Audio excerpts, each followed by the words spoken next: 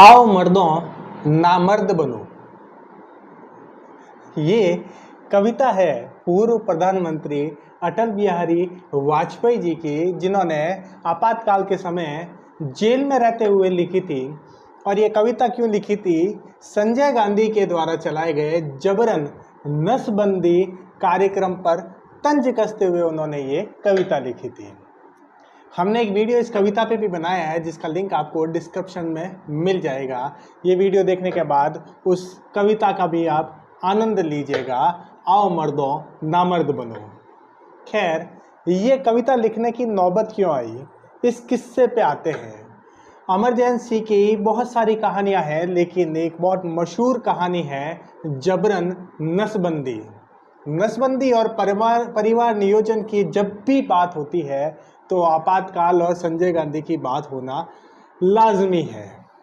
1975 में 25 जून को जब आपातकाल लगा तो उसके कुछ दिनों में सारे विपक्षी नेताओं को, देश भर के विपक्षी नेताओं को जेल में डाल दिया गया था। लेकिन जनता तक आपातकाल के दुष्परिणाम नहीं पहुंचे थे। जनता के बीच अभी तक सब कुछ सामान्य ही था। राजनीतिक गलियारों में उठापटक हो चुकी थी, लेकिन जनता की मानसिक स्थिति में कोई उठापटक नहीं हुई थी। सब कुछ बहुत आराम से चल रहा था। लेकिन धीरे धीरे जनता के अंदर भी एक सुगबुगाहट शुरू हो गई। अंतर्राष्ट्रीय स्तर पर भी इंदिरा गांधी की साख पर धब्बा लगने लगा था। तो ऐसे में 1976 तक आते आते इंदिरा गांधी ने अपनी छवि सुधारने के लिए 20 सूत्री कार्यक्रमों का अनाउंसमेंट किया।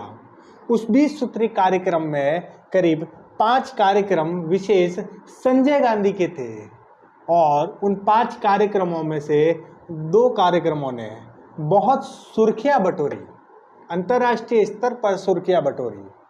और इतनी सुर्खियां बटोरी कि वो दोनों कारण बने 1977 में इंदिरा गांधी और संजय गांधी के राजनीतिक निर्वासन के। वो कार्यक्रम कौन से थे? वो कार्यक्रम थे शिक्षा, दहेज उन्मूलन, जाति प्रथा का खात्मा करना। आपको लगा होगा ये तो सब सामान्य है और अच्छी बातें हैं, लेकिन उसके अलावा थे परिवार नियोजन और साथ में सौंदर्यकरण और पर्यावरण की बढ़ाई करना, पर्यावरण को बढ़ाना।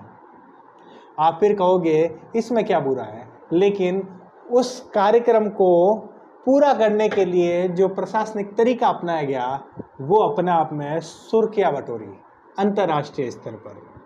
मैं आपको बता दूं कि संविधान संशोधन करने के बाद में 1976 में परिवार नियोजन को इंदिरा गांधी ने केंद्र की कार्यसूची में डाल दिया था। पहले ये राज्य सूची में था, परिवार नियोजन राज्य का कार्य होता था। आज भी वो समवर्ती सूची में है, राज्य सरकार ज़्यादातर इस पर काम करती है। 1976 के दौर में सारे प्रशासनिक कार्य और उनके निर्णय एक सिंडिकेट करती थी, संजय गांधी का सिंडिकेट। संजय गांधी के सिंडिकेट में कौन कौन थे? हरियाणा के नेता बंशीलाल, होम मिनिस्टर ओम मेहता, कमलनाथ, जगदीश टाइटलर, विद्याचरण शुक्ला और उसके अलावा रुखसाना सुल्ताना। रुखसाना सुल्ताना उसे अक्सर ग्लैमर गर्ल ऑफ पॉलिटिक्स या ग्लैमर गर्ल ऑफ इमरजेंसी कहा जाता है। वैसे हमने तारकेश्वरी देवी पर एक वीडियो बनाया था जिसे राजनीति की दुनिया में ग्लैमर गर्ल ऑफ पॉलिटिक्स कहा जाता है, लेकिन वो वास्तविक ग्लैमर गर्ल ऑफ पॉलिटिक्स नहीं थी। वो एक अच्छी राजनेता थी जिनके ऊपर अफवाहों के कई मार पड़े थे राजनीतिक गलियारों से। लेकिन वास्तविक ग्लैमर गर्ल ऑफ इमरजेंसी कह सकते हैं, कुछ समय के लिए आई और एकदम गायब हो गई, वो थी रुखसाना सुल्ताना। रुखसाना सुल्ताना कौन थी? बीकानेर के रियासत, जब बीकानेर रियासत हुआ करती थी उस वक्त उसके चीफ जस्टिस हुआ करते थे एहसान उल हक, उनकी बेटी थी। या हम ज़्यादा बेहतर तरीके से अगर आपको बताएं तो आजकल की एक्ट्रेस सारा अली खान की नानी और एक्ट्रेस अमृता सिंह जो सैफ अली खान की एक्स वाइफ भी है, उनकी माँ थी रुखसाना सुल्ताना, जो दिल्ली के करोल बाग में एक बुटीक चलाती थी।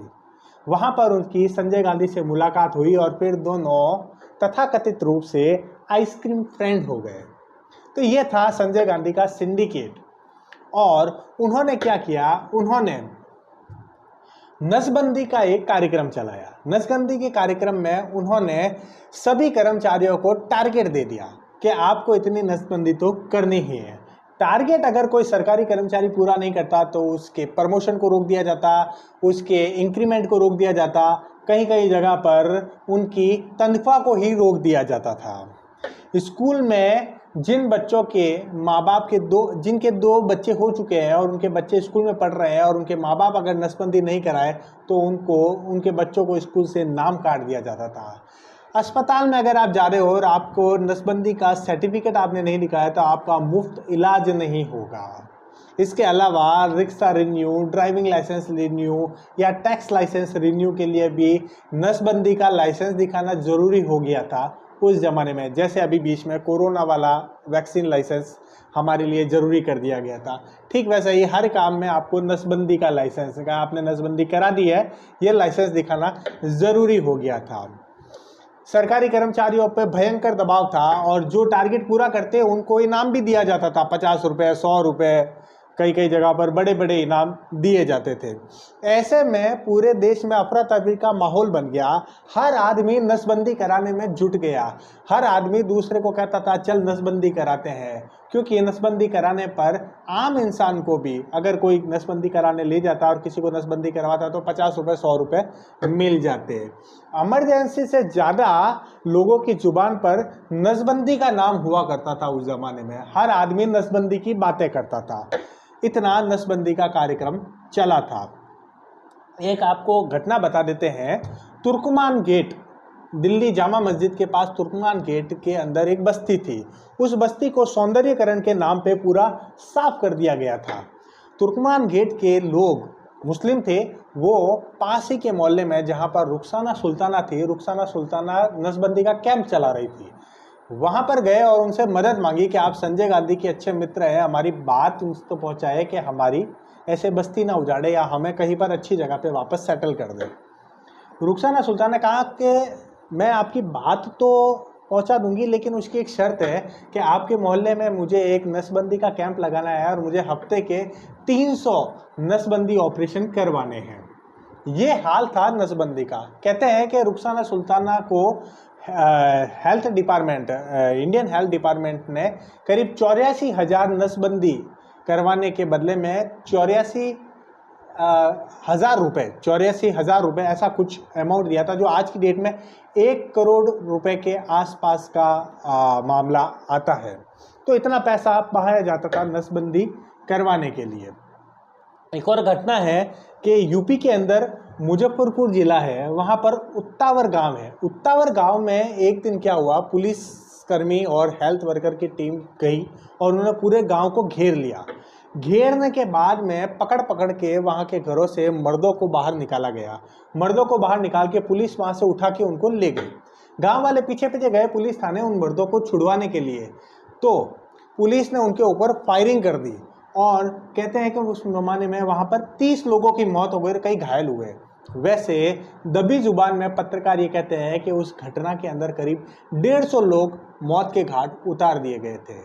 जबरन उसमें 800 लोगों की नसबंदी कर दी गई थी और उसमें 18 साल के कुंवारे नौजवान से लेकर 80 साल के बुजुर्ग तक शामिल थे।